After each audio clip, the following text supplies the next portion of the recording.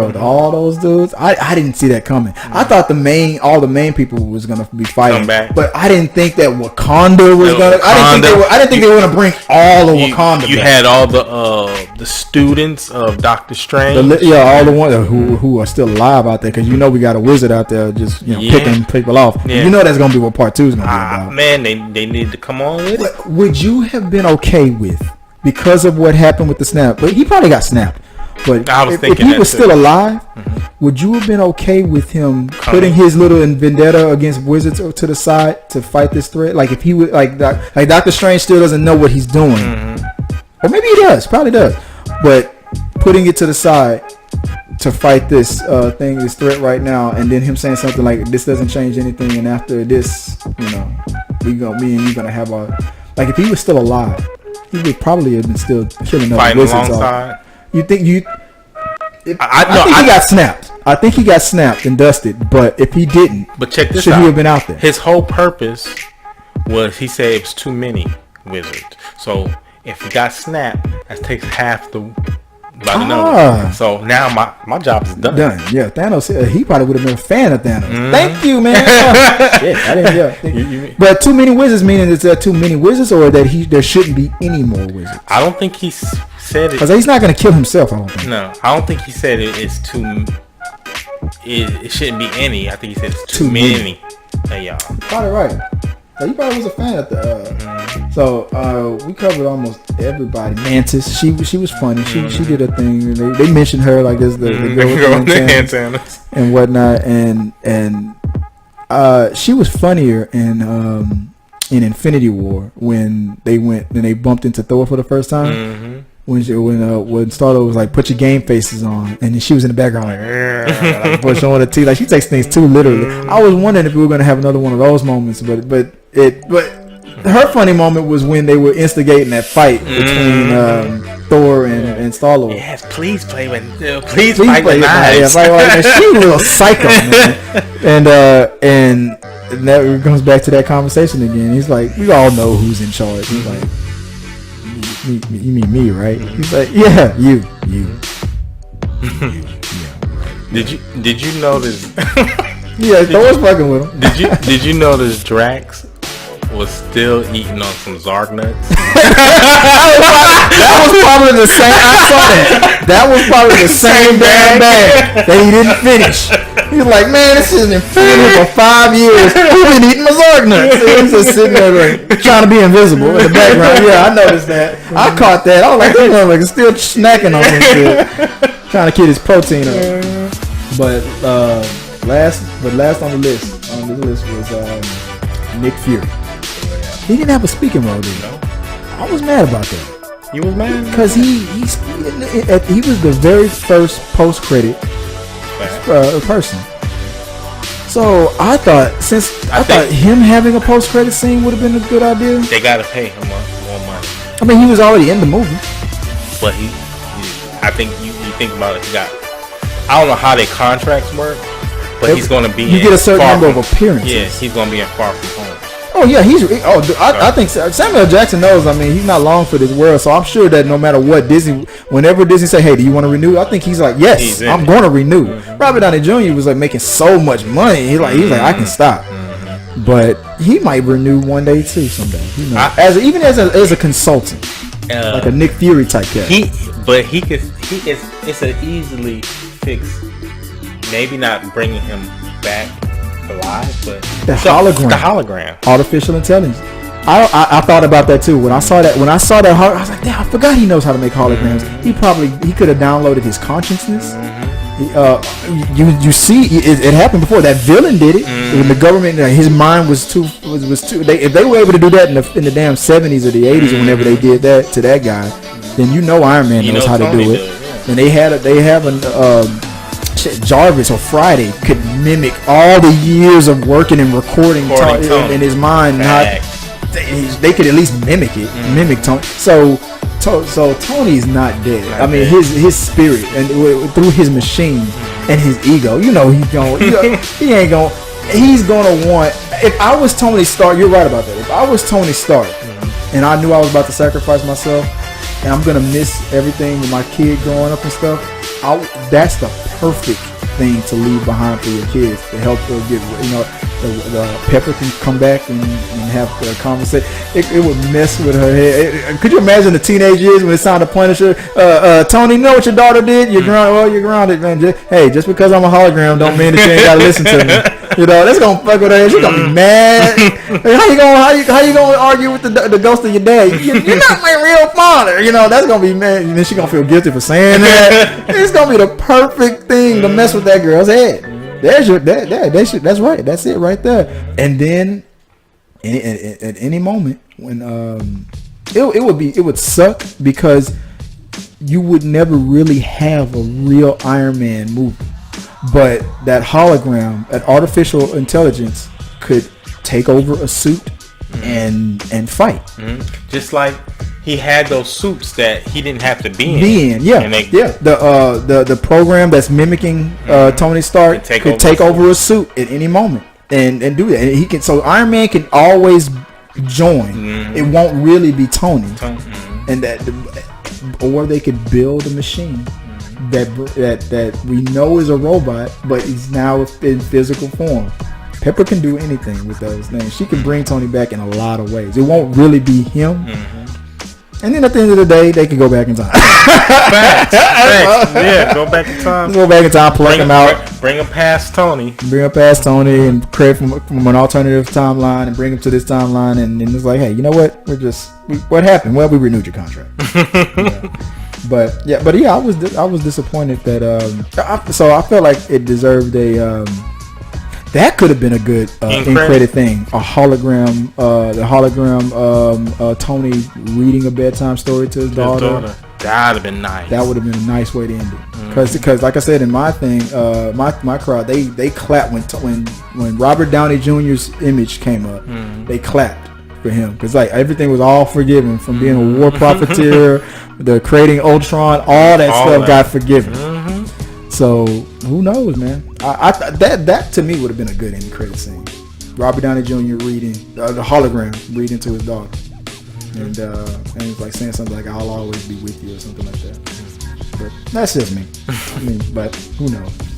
Maybe that's why we heard Iron Man's hammer at the end, because they plotting on something with that program. Interesting. Let me know what you guys let me know what you guys think about that little theory for Phase 4. So Phase 4, before we end it all up. Oh yeah. How would you introduce the X-Men and Fantastic Four? They messed up the past so much. And all that radiation, all the radiation, all of going back, plucking people out. Loki disappearing. Who knows where he's at? Hey, there it is. Loki.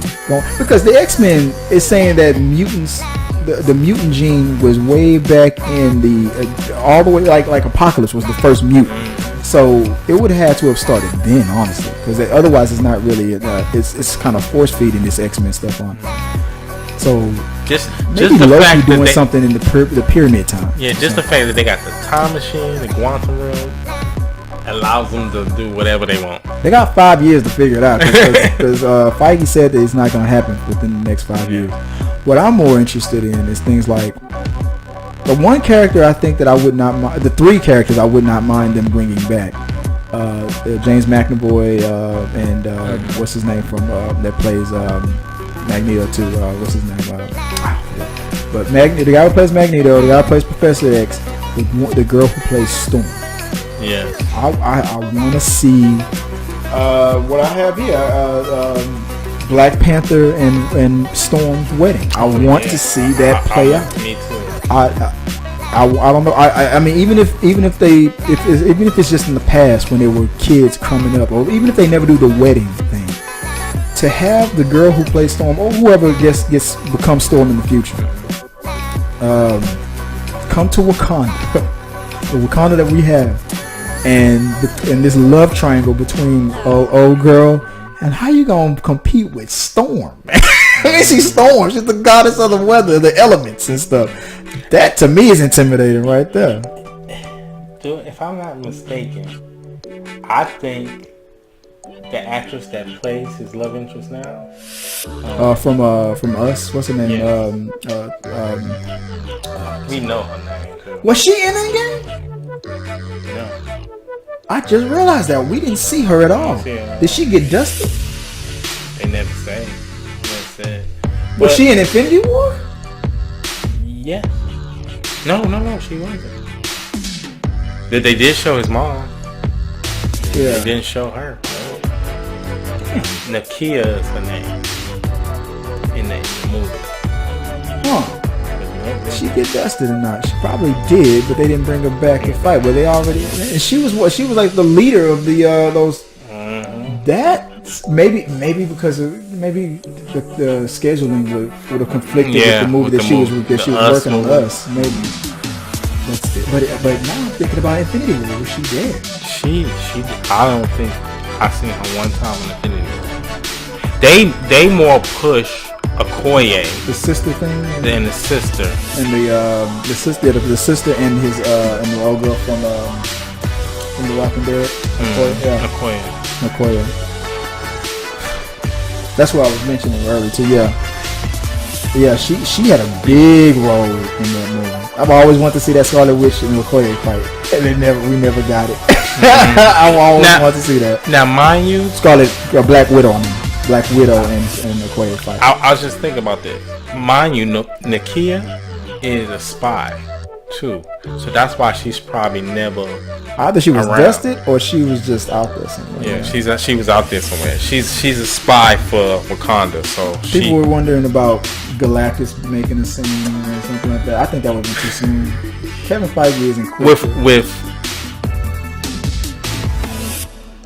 I don't know. I think that would probably put this movie over the top. If they as far as ridiculousness or greatness? It's been greatness. If they put like Galactus, because of all the whole Infinity thing happening and fighting all that, he's over here eating these little planets over here that far away and stuff, and all of a sudden, what's that noise that's happening over there? For all we know, in the future, that might be the thing that brings Galactus' attention to this planet. Wow, when they had that battle, it was so much energy being produced. They mentioned that. Yeah. They said the snap. They said they made this energy signal here on this planet, and then another one similar to it happened on this planet. That might be the thing. Go and see because you saw that when it happened, it went all over the world because it affected. But at the same time, Galactus probably got snapped. Facts, yep. Silver Surfer's like, I'm free. He got away. So either Galactus didn't get snapped and half of his food got wiped out, and he's like, what the fuck just happened? So either way it goes, Galactus got the technology to know, to follow that signal. That might be the thing that brings Galactus to this direction. Because for all we know, universe is big. He probably would have been on some side of the universe. He'd have never came to our galaxy. Yes. But because of that, you're like, something's going on at that little galaxy over there. I see a big cheeseburger planet. We just turned ourselves into a big ass tick. Exactly. So there's a plot right there that can happen for Fantastic Four and all that. That right there, that energy signal, that gamma radiation. It could have gone through time. I don't know who I was telling, but I said the Fantastic Four works best when you bring them from the era of the 50s. Yeah, I don't think they're gonna go back in time. You don't Fantastic think so? Four. I think, but they got that time machine. It allows them to bring a group from that time and bring them. I think that would piss people off though. If they keep overusing time travel, it's too easy of a plot device and stuff like that. A lot of people ain't fans of it. Hey, and they deal with they deal with the quantum realm. They deal with all that stuff. Quantum realm is probably negative the best zone. And stuff. That's probably the best way to do it. Just quantum realm, because it's been done in 3 movies already. The quantum realm. So but if they keep doing time travel, people, I ain't gonna lie. Even I would get mad. It's just too much. I mean, it's just too easy of a way out. I can't fix this writing. Nah, let's just throw some time travel in there. Who else? We said X-Men. I mean, that Big Bang like that with the Infinity Stones fight could have caused. I mean, because you got a time stone in there, it could have gone back in time, and that's what caused human mutations. on Earth. I mean, it happened on Earth. So we probably all that time travel with the quantum realm. That's probably how they're gonna. We did just you created. You used a time stone that did in the quantum realm. That's probably how they're gonna explain how history was kind of erased and a new reality was brought into our. Because you had a reality stone and a time stone that was heavily used on Earth. It probably affected Earth's history. That's to me. That's the simple. It's not gonna make everybody happy, but to me, that's the simplest way to explain it. To explain why all of a sudden there's these mutants that are just brought into. We didn't just bring people back from the snap. We brought back a whole history that was kind of there, but not that wouldn't have been there or something like that. Yeah, we brought back a whole history. It was too much snapping going on. There was only one snap in Infinity War, and there was what 2 or 3 snaps. I mean 2. It was 2. And this one. That's too many snaps. So between those 2 movies, that's 3 snaps. And some crazy gamma radiation going on. All on Earth. All on Earth, man. So you done missed. That to me, that's how they're gonna explain it. That's a good way to explain it. Got Galactus. Who else is in Fate? Who else is coming from Fox? That's all the X-Men and Deadpool and all. So that covers it all. So I don't know. So that's unless you got anything else to add to it. Yeah. So all right, that's all. There's our theories, guys. That's our big spoiler review on it. I had a blast with this movie. How many more times are you gonna see this movie? 2 more. 2 more. About 2 more times. Maybe more than that. Maybe. I'm definitely gonna see it again. I thought the second time of me watching it, the 3-hour thing was gonna bother me, but it still just fly by. It flows by, but I get the enjoyment when I'm watching when the different audiences and seeing how they reacted. That in different parts of the movie. That's where my excitement comes. Maybe I'll watch it. I'll have to watch it tomorrow then. But yeah, I'll watch it again and see if I have a good experience with it again. Then it'll be a third time. Other than that, I'll just be trying to contribute to the numbers to make it to hopefully get it over 2.7 billion. We'll see. But what did you say was the record that it already broke? It is going to get a 300 mil. They projecting it to pass 300.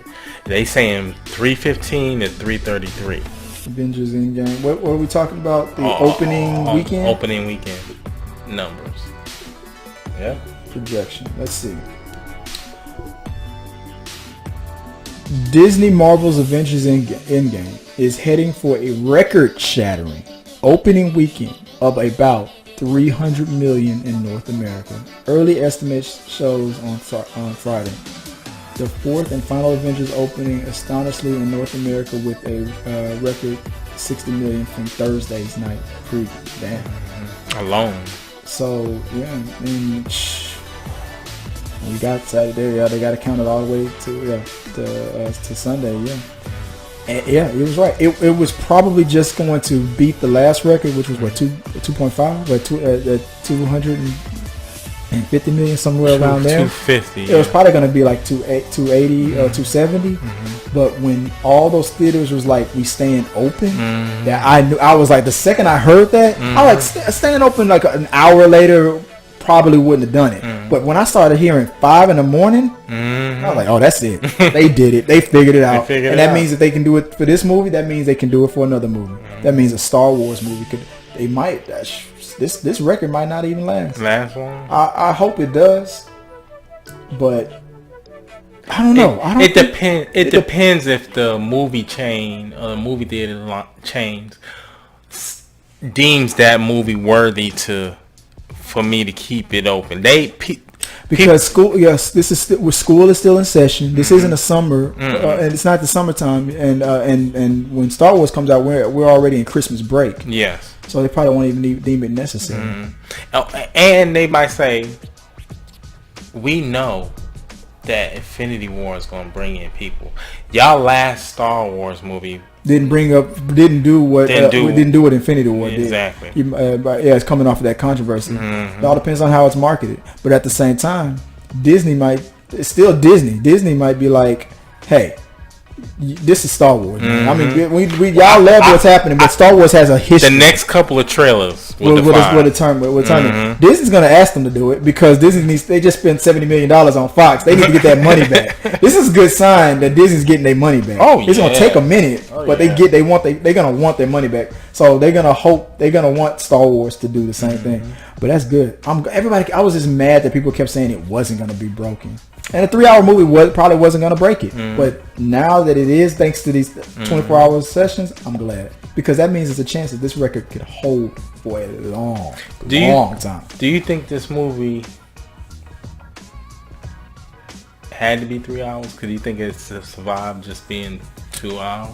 I'm gonna give a John Camp answer. Like, no movie has to be this and no movie has to be that. They could have cut. There's a lot of things that it could have cut out, but would it have the same impact? No, I don't think so. Because it had to be the same length of time as Infinity War or more. Because anything less people would have been like, you're giving you're wrapping it up too fast. And that was too much. That was too big of a. This is 20 years, or not 20 years. 10 years in the making.